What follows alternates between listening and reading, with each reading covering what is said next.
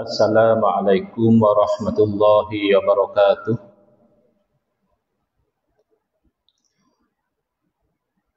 Harap ada yang jawab salam.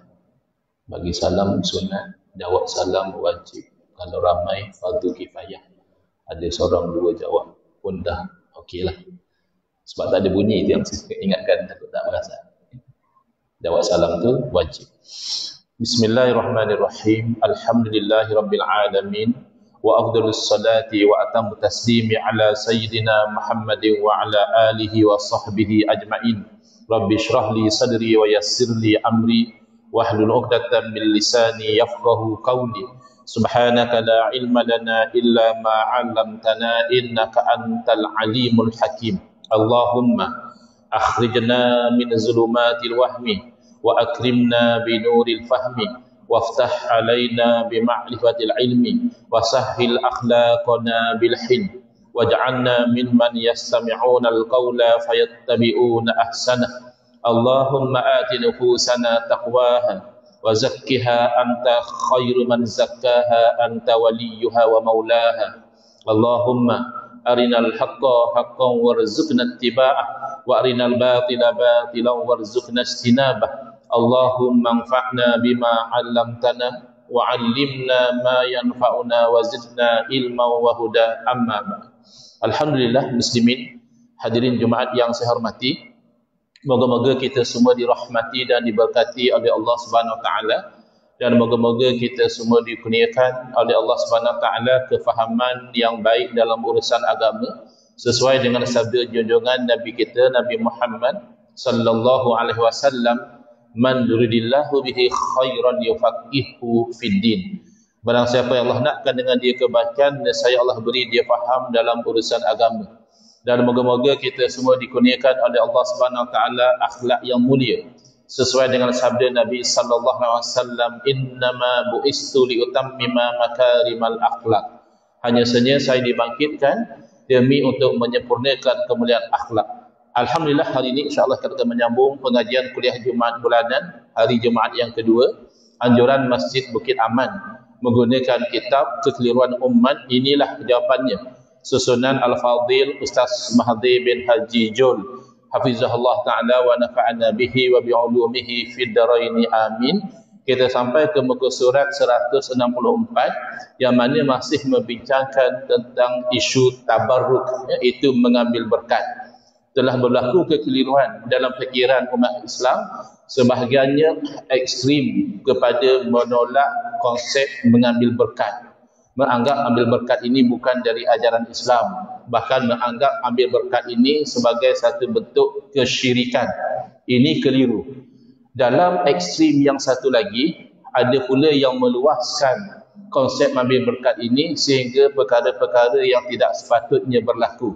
Ada dakwaan mengatakan setengah pihak misalnya merendam bulu-buluan, janggut atau sebagainya dalam air yang disembur pada makanan yang hendak dijual pada pelanggan. Itu bukan konsep ambil berkat yang diajarkan dalam Islam. Betul tak betul kita tak pastilah. Dakwaan ini perlu kepada bukti. Tapi assuming dakwaan itu betul, itu bercanggah dengan konsep mengambil berkat. Apa dalil ambil berkat? Iaitu dalil daripada ayat suci Al-Quran dan juga hadis-hadis Nabi sallallahu alaihi wasallam. Saya undur sedikit laju-laju supaya kita refresh balik. Dalil daripada ayat suci Al-Quran iaitu dirahkamkan kata-kata Nabi Yusuf alaihissalam, idhabu biqamisi hadha fa'alquhu ala wajhi abi ya'ti basira. Pergilah kamu, yakni adik-beradik Nabi Yusuf alaihissalam, dan Yusuf kata pergi dan bawa komis saya. Komis maknanya baju, macam mungkin yang seperti yang kita pakai ni, baju. Kalau jubah yang kat luar tu, yang terbelah tu, kita yang macam ni kita panggil jubah. Kalau orang Arab yang macam ni dia panggil komis. Jubah tu yang selalu ulama-ulama pakai di luar tu, yang ada belahan tu. Jadi komis yang dipakai macam ini diberi kepada saudara, buat balik, fa'alquhu, letaklah ala wajhi abi, di muka bapaku, iaitu Nabi Yaqub alaihissalam, ya'ti basira. Saya nanti akan pulih penglihatan beliau. Ini kisah masyhur bagaimana Nabi Yaqub alaihissalam seorang rasul juga diuji. Jadi dunia ini bukan tempat untuk kita itu selama-lamanya merasa senang, tidak. Dunia adalah darul ibtila, tempat ujian. Ada orang yang tak faham, dia menolak adanya para wali. Aulia Allah, dia kata mana ada wali? Kalau ada wali, kenapa umat Islam ditindas? Lah, siapa kata kalau ada wali umat Islam tidak ditindas? Pada masa ada Rasul pun, umat Islam diseksa. Sampai terpaksa berhijrah dari Makkah ke Madinah, diseksa oleh orang Quraisy Makkah. Rasul ada. Adakah kita nak menafikan, kalau ada Rasul, takkanlah umat Islam ditindas. Bahkan Nabi SAW terpaksa berperang, terpaksa berhijrah, luka baginda dalam peperangan. Jadi sebab baju adalah kos, sembuh adalah efek. Dan daripada sudut itu namanya berkat. Mana baju seorang Rasul itu ada keberkatan. Itu dalil daripada ayat suci Al-Quran. Lagi ada dalil yang kedua tentang apa yang dikatakan tabut. Ya, dalam Al-Quran Allah berfirman, wa qala lahum nabiyyuhum inna ayata mulkihi ayyatiyakumut tabut. Dan nabi mereka berkata, nabi mereka makna nabi orang Bani Israel, berkata kepada orang Bani Israel, tanda bahawa Talut itu Allah angkat menjadi raja, menjadi pemimpin adalah nanti akan datang peti tabut yang asalnya mereka cari tak jumpa. Apa ada dalam tabut? Fihi sakinatum mir rabbikum wa baqiyatum mimma taraka alu Musa. Jadi peti tabut itu Allah jadikan membawa satu ketenteraman kepada orang Bani Israel, dan ada dalam peti tabut itu peninggalan keluarga Nabi Musa dan Nabi Harun alaihissalam, seperti tongkat Nabi Musa, ya, kasut Nabi Harun dan sebagainya. Jadi tongkat ya tongkat, ya, kasut ya kasut, makhluk Allah yang bagi manfaat Allah, bukan makhluk. Tetapi oleh kerana itu tongkat seorang Rasul, itu selipernya seorang Rasul, maka ketika itu ada keberkatan. Bila dapat peti tabut ini, orang Bani Israel mendapat keyakinan dan ketenteraman. Baik, dalam hadis, saya masih ragu lagi kerana ini hadis dan ayat Quran kita dah baca pada kuliah yang lalu, iaitu daripada Aun bin Abi Juhaifah, daripada bapanya radhiyallahu anhu berkata, ataitu Nabi SAW, saya datang berjumpa dengan Nabi SAW. Kira-kira bagian dia berada di Kubah Hamra. Hamra maknanya kemerahan.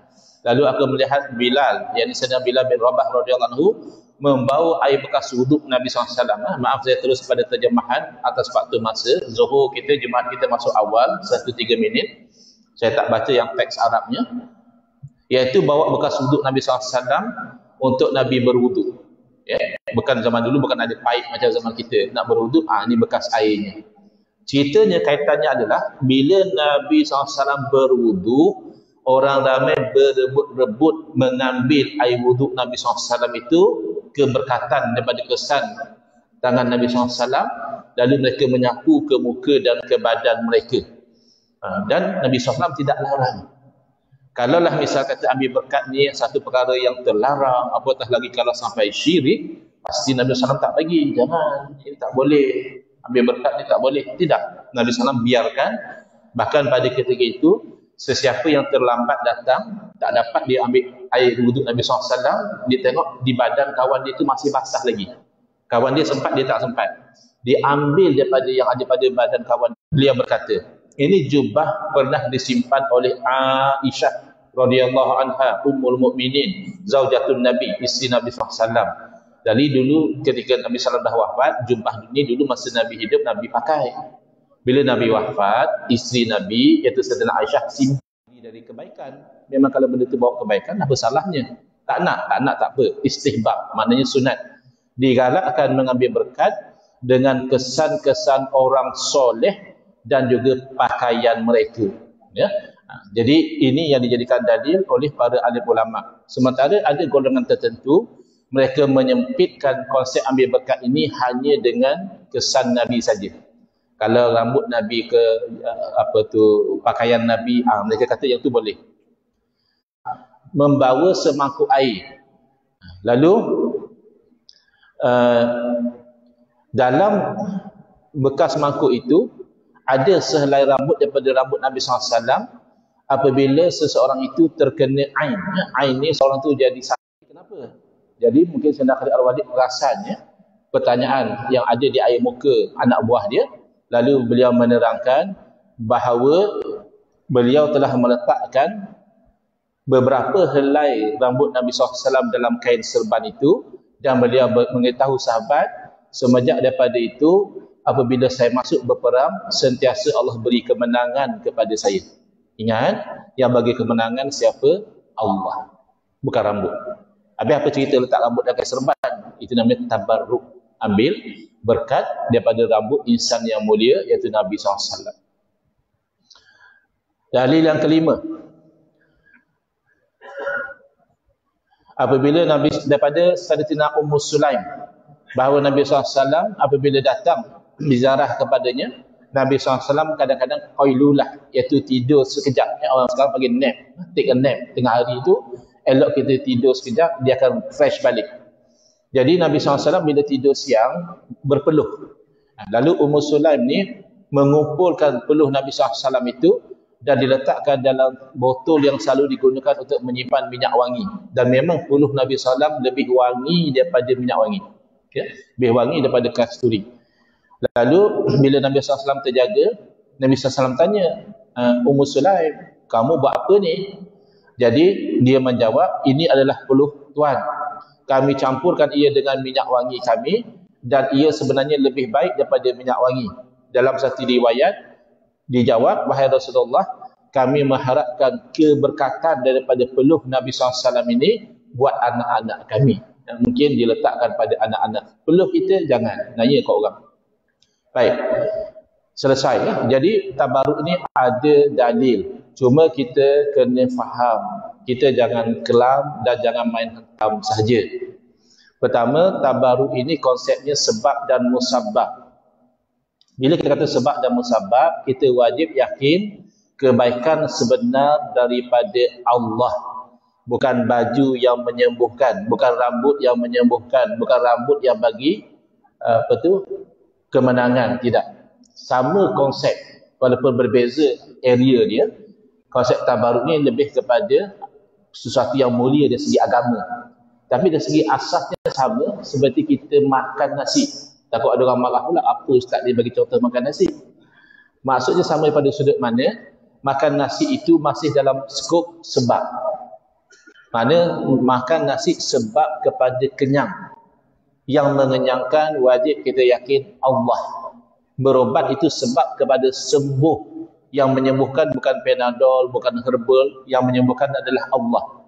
Jadi konsepnya sama. Cuma area berbeza. Ini sebab keduniaan. Ada kajian, makan ni baik, makan ni baik. Yang ini sebabnya agama. Orang ni mulia di sisi agama, maka ada kebaikan daripada kesan peninggalannya. Okay. Apakah pendapat ulama? Tapi taklah macam yang saya sebutkan tadi ya. Tiba-tiba oleh kerana dia pemimpin dalam syarikat kita, dia orang besar dalam organisasi kita, maka kita ambil bulu dia, kita ambil janggut dia, kita rendam dalam air, kita letak kat makanan yang kita nak jual. Bukan. Itu kamu memaksakan kepada orang lain. Tabaruk ni memang orang tu orang soleh. Maka daripada kesolehan itulah diharapkan kebaikan. Semata-mata dia CEO ke, dia ketua ke, belum tentu ada keberkatan. Jadi nak dibezakan tu. Di satu pihak yang tolak ambil berkat secara total, anggap salah, bercanggah dengan agama. Dan satu pihak pula menyalahgunakan konsep ambil berkat. Kita kena ingat ambil berkat ni daripada orang soleh. Orang soleh ni ialah orang yang beramal soleh. Orang yang nak beramal soleh, dia mesti ada ilmu. Kalau dia jahil, macam mana nak jadi orang soleh? Kerana amal adalah makmum kepada ilmu.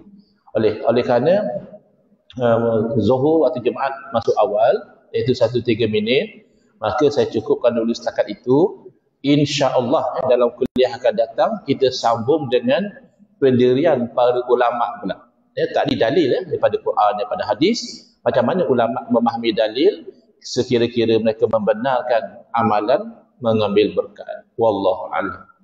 Bismillahirrahmanirrahim. Alhamdulillah bil alamin wassalatu wassalamu ala asyrafil anbiya wal mursalin wa ala alihi wa sahbihi ajmain. Allahumma shrah sudurana wa ahsin akhlaqana wa azim ujurana wa nawwir qulubana bi nuri hidayatika kama nata'adhu bi nuri syamsika abadan abada. Allahumma anqulna min dhulil ma'siyati ila izzi ta'ati ya arhamar rahimin. Wa sallallahu ala sayyidina Muhammadin wa ala alihi wa sahbihi wasallam. Walhamdulillahirabbil alamin. Amin ya rabbal alamin.